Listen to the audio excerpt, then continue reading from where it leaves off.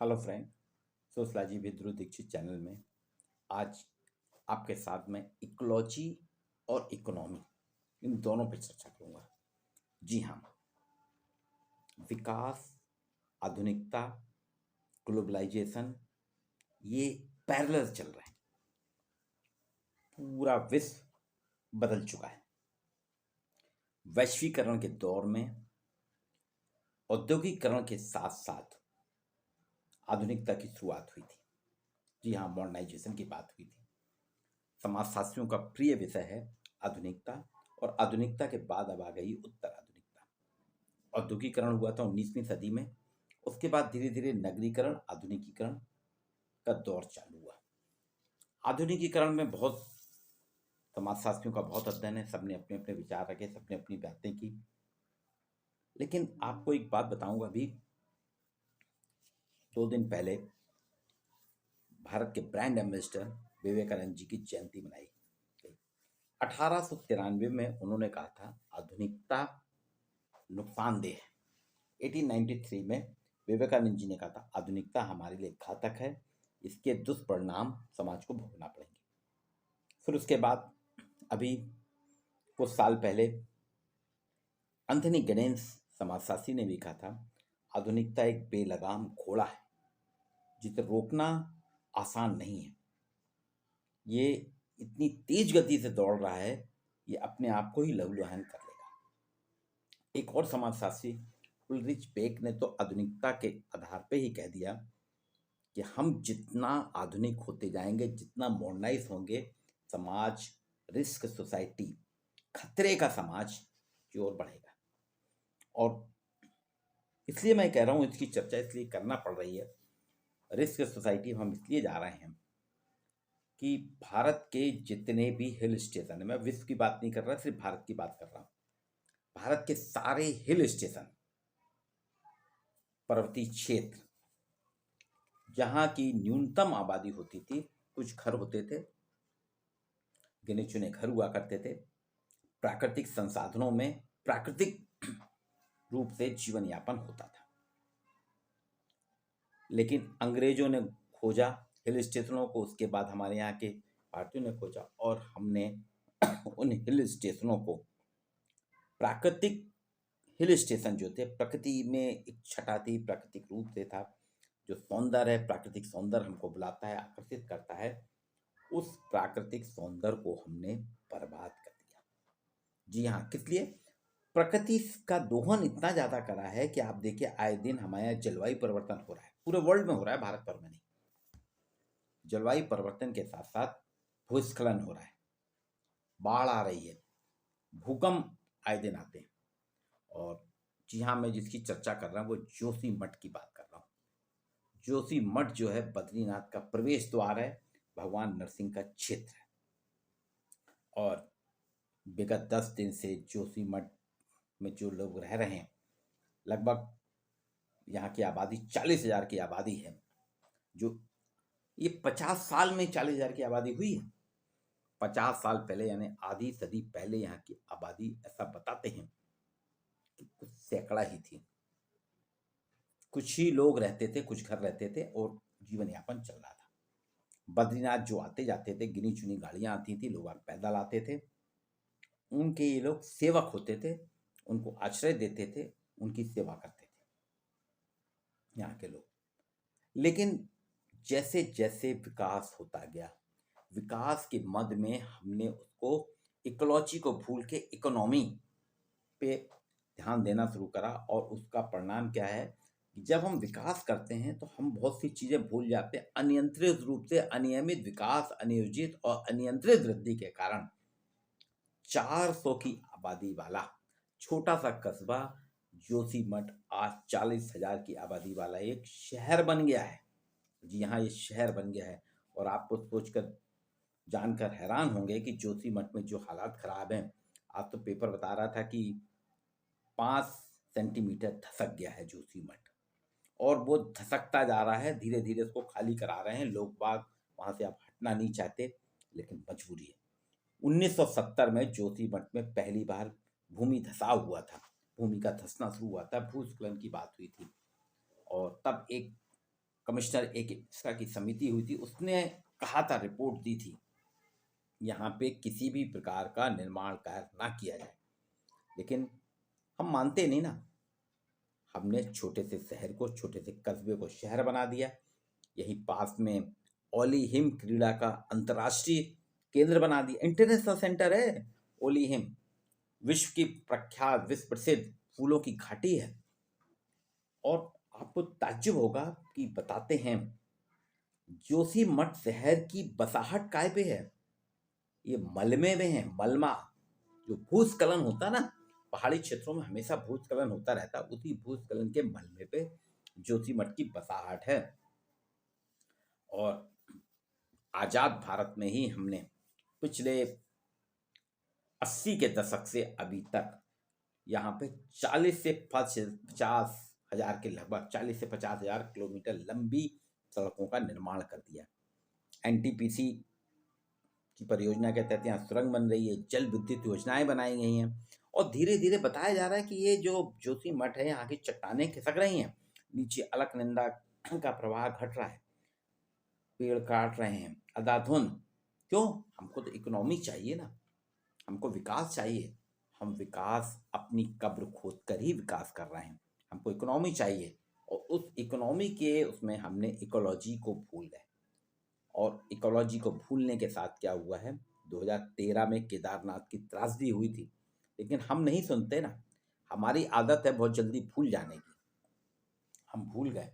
और जोशीमठ आज ये हालात पहुंच गए हैं कि अब उसको खाली करना है। सरकार के हाथ पांव फूल गए हैं, चाहे वो राज्य सरकार हो या केंद्र सरकार हो, सबको समझ ही नहीं आ रहा क्या करें। आपको मैं बताता हूँ, खाली जोशीमठ की बात नहीं है, अभी भी सरकार को, राज्य और केंद्र सरकार को एक नीति बनाना चाहिए। जैसे मध्य प्रदेश में पचमढ़ी, नर्मदा नदी का उद्गम स्थल अमरकंटक, यहाँ भारी बसाहट हो गई है। ये भी छोटे से शहर से अब ये जो कस्बे हैं ना, गांव हैं, अब ये शहर में बन रहे। अमरकंटक में आपने क्यों जनजातीय केंद्रीय विश्वविद्यालय बनाया? ठीक है, नर्मदा नदी के मुहाने से 10 किलोमीटर दूर है, पर क्या जरूरत थी वहां बनाने की? आप किसी दूसरे शहर में बनाते ना। अब आपने वहाँ केंद्रीय विश्वविद्यालय बना दिया, 10 साल हो गए हैं, 1,500 बच्चे पढ़ रहे हैं, टीचर पढ़ रहे हैं। अब धीरे धीरे आबादी बढ़ती जा रही है, उनके लिए व्यवस्थाएं बढ़ रही हैं, आना जाना हो रहा है, प्रेशर हो रहा है। वहीं एक जैन मंदिर बन गया अमरकंटक में। पचमढ़ी पर्यटन स्थल है, हिल स्टेशन है मध्य प्रदेश का, आवाजाही बहुत हो रही है, होटल बन रहे हैं, सड़कें बन रही हैं। महाराष्ट्र के लोनावाला को तो हम सभी जानते हैं, हिल स्टेशन बना दिए, ट्रेन निकलती है, बसें निकलती हैं, ढेरों गाड़ियां निकलती हैं। इसी तरह छत्तीसगढ़ के अंबिकापुर में मैनपाट, तिब्बतियों को बसाया, वहाँ भी आवाजाही बढ़ा दी। उत्तर प्रदेश, उत्तराखंड के देहरादून, नैनीताल, हिमाचल का शिमला, कुल्लू, मनाली, पश्चिम बंगाल में दार्जिलिंग, ये सारे पैसे दोहन के क्षेत्र बन गए हैं। और पैसा धोने के लिए, पैसा जितना अधिक से अधिक प्राप्त हो, हमने इन हिल स्टेशनों को चरागाह बना लिया। और उसका परिणाम ये कि हिल स्टेशन अब दरक रहे हैं, धीरे धीरे बैठ रहे हैं, और आए दिन यहाँ कुछ ना कुछ हादसे होते हैं। इसलिए मेरा सरकार से आग्रह इस वीडियो के माध्यम से कि तत्काल पचमढ़ी, दार्जिलिंग, कुल्लू मनाली, शिमला, नैनीताल, इन सारे जगह के जितने भी निर्माण, इनको खाली करा लिया जाए, तोड़ा नहीं जाए, इसको खाली करा लिया जाए। और यहाँ पे लिमिटेड कर दिया जाए, के लिए परमिट बनाया जाए। आपको यहाँ एंट्री के लिए परमिट, वीजा लगेगा, और हैवी लगी, तो हर कोई वहाँ आना जाना नहीं करेगा। और आते हैं लोग बाग हनीमून मनाने आते हैं, और बाद में धीरे धीरे पूरे वहाँ की फिजा बिगाड़ के जाते हैं।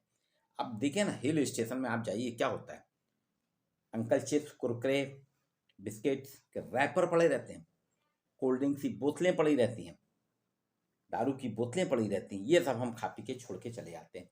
और जब हम वहाँ फोटो सेशन करते हैं, तो उन बोतलों को, उन रैपर्स को बचा के फोटो लेते हैं, और फिर उसको दिखाते हैं, देखिए कितनी बढ़िया फोटो है, मैंने ये फोटो ली है, ये लोनावाला है, ये पचमढ़ी है, ये अमरकंटक है। और फिर उसको फेसबुक, व्हाट्सएप से पूरे में प्रसारित करते हैं, और लोगों को आकर्षित करते हैं। और फिर दुगनी रफ्तार में लोग आते हैं, वहाँ मौज मस्ती करते हैं। सड़कें सरकार को बनाना पड़ती हैं, धर्मशालाएं बनाना पड़ती, होटल्स बनते हैं, बिजनेस बनते हैं, और बहुत सामान आता है, कच्ची पक्की दुकानें बनती हैं, पहाड़ों पे वजन हम डे बाई डे बढ़ाते जाते हैं और उसका दुष्परिणाम देखिए। अभी 2013 में केदारनाथ की त्रासदी हुई थी भूस्खलन की, उसके बाद जोशीमठ में भी वही हालात है, लोग बाग रो रहे हैं। तो यहाँ आधुनिकता का बेलगाम घोड़ा दौड़ चुका है, खासतौर से हिल स्टेशनों में बेलगाम घोड़ा दौड़ रहा है और हम रिस्क सोसाइटी की ओर बढ़ रहे हैं। उल्रिच बेक ने सही कहा था कि समाज हमारा अनियंत्रित हो गया है, जोखिम भरे समाज में हम बढ़ रहे हैं।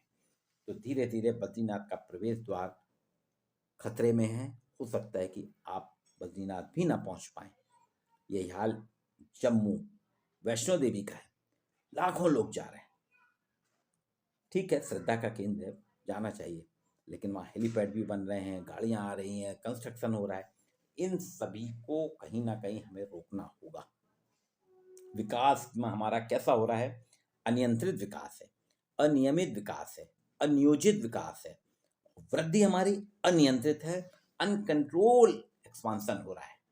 मैंने आपको बताया ना, 400 की आबादी वाला जोशीमठ आज़ादी के पहले 400 की आबादी रखता था और आज 40,000 की आबादी वाला एक छोटा सा कस्बा शहर बन गया।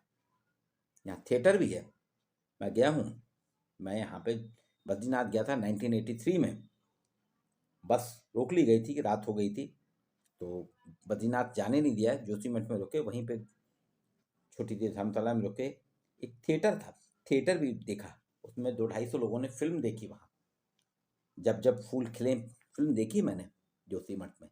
ये 1983 की बात कर रहा हूँ और आज तो 2023 है।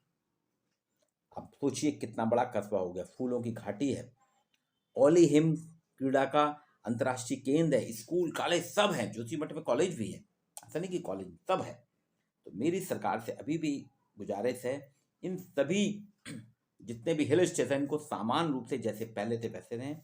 यहाँ के होटल कस्बे सब खत्म कर दें और यहाँ स्कूल कॉलेज भी अलग कर दिए जाए। लोग आएंगे, नीचे पढ़ेंगे, क्योंकि अगर कोई हादसा होता है तो बच्चे बूढ़े सब खत्म होंगे।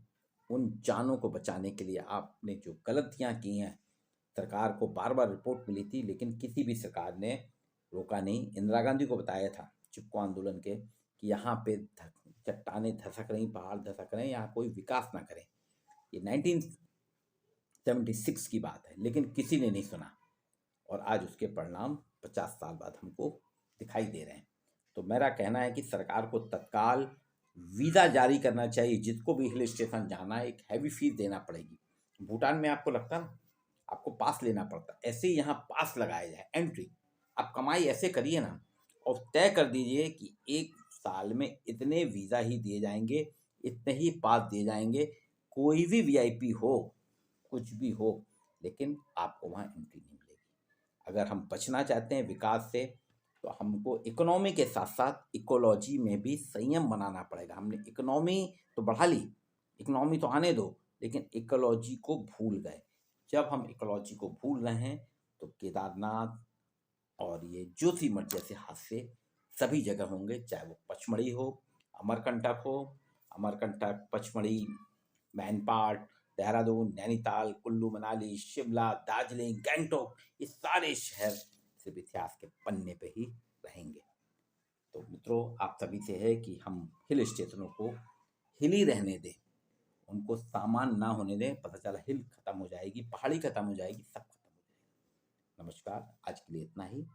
आपको फिर ऐसे ही किसी बात पे चर्चा करूंगा। आज के लिए